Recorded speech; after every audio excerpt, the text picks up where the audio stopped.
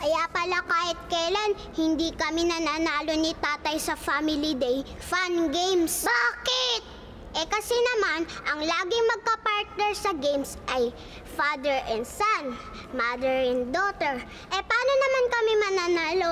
Never nga kaming nakasali. Dapat pala magkaroon ka na ng bagong mother. Saan ba bumibili ng ganun? Alam mo, Sam, hindi binibili ang mother.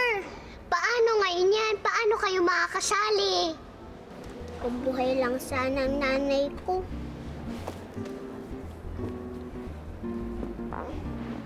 No, really, it's true. Yeah, I've never had girlfriend. Loko. No, darling, no. It's not you I'm talking. It's the mosquito. The mosquito sa boy is loco. If it's you, it's loca. Yeah, I respect you so much. Yeah, because, I'm shy. Kuya, bakit nakatambak yung mga plato rito? Hindi ka pa naguhugas? Douglas naman. Naglaba ako ng buong araw eh. At pwede ba? Di ba sabi ko sa'yo, kumuha na kasi tayo ng katulong. Talaga, oh. Yes, babe. Yeah, I'm sorry. Pambihirang buhay ito.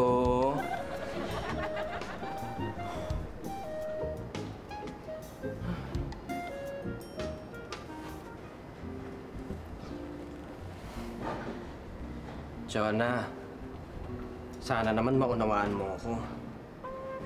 Payagan mo na akong makahanap ng mga kasama dito sa bahay.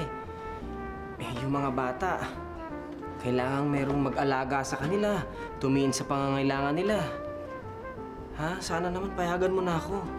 Papaalam na si tatay kay nanay para mag-asawa na uli. Magkakaroon na ako ng bagong nanay. Makukumpleto na ang family tree mo. At sigurado, mananalo na kami sa fun games. Ayan ha.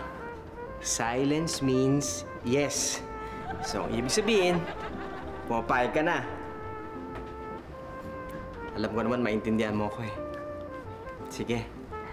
I love you. Aisa! Aisa, baba ka rito! Meron akong pagagawa sa'yo. Aisa! Beloy, ay hindi ka ba nagsasawa? Kaninang umaga, nandito ka na. Ngayon, nandito ka na naman. Yun at yun rin naman ang nakikita mo, di ba? Katrina, pwede ba ako makiusap? Kasi yung pamangkin ko walang trabaho ngayon. Baka pwedeng mamasukan mo na dito dahil mahina rin ang hardware ko ngayon eh. Naku, Beloy, sorry, pero kumpleto na kami. Naku, sayang. Ito pala si Clinton. Clinton, baka kailangan mo ng assistant. Wala kasing trabaho yung pamangkin ko eh. Assistant? Oo. Saan? Sa paglalaba?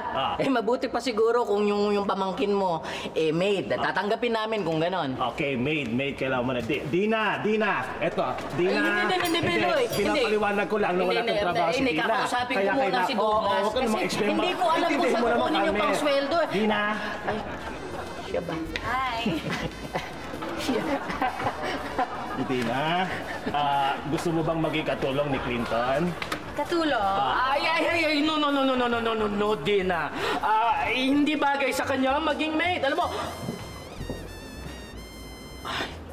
bagay sa'yo ang maging commercial model. What a coincidence. Alam mo, direktor ako ng mga commercial. Ka? Ano, Clinton?